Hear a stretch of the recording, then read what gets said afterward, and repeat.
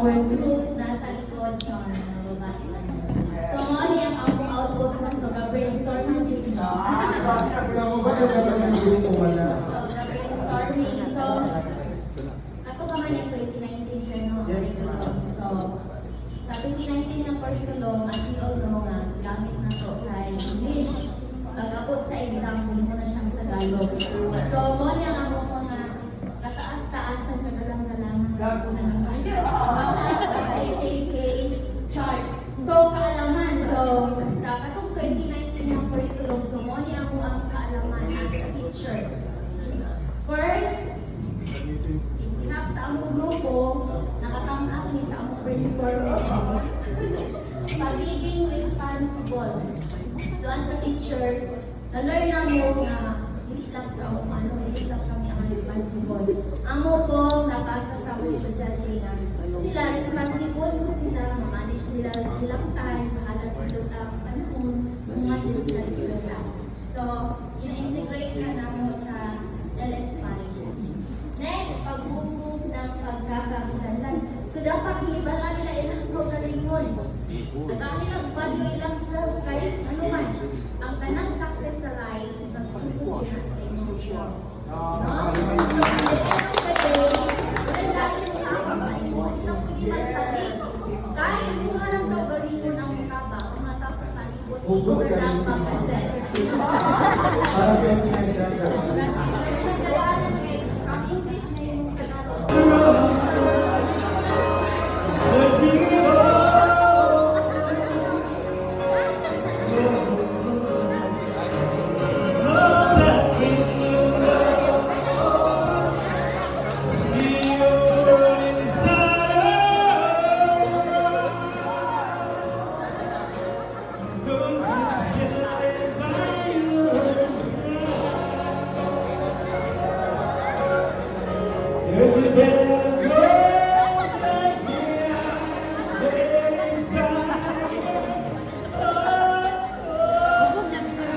Excited to know.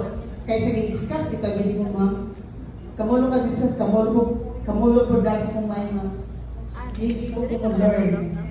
Hindi ko murag ayan na that competent nga mo teach ani sa learner. So, kasabot-sabot din nga, hindi ani magbuhaw ka ng ICT expert. Okay, salamat Ma'am Betsy and everyone. So now, did we achieve our goals? Napapatanan?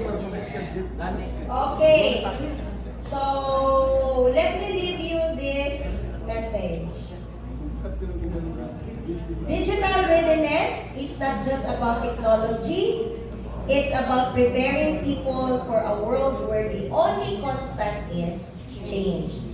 And ang ato ang ICT is always changing from time to time. So, kailangan mo kung uptan. I know you're not familiar with Mr. Eddie Jr. Isa siya sa curriculum writer po aning ato ang LS6. And then, siya ang nag-create aning training design para sa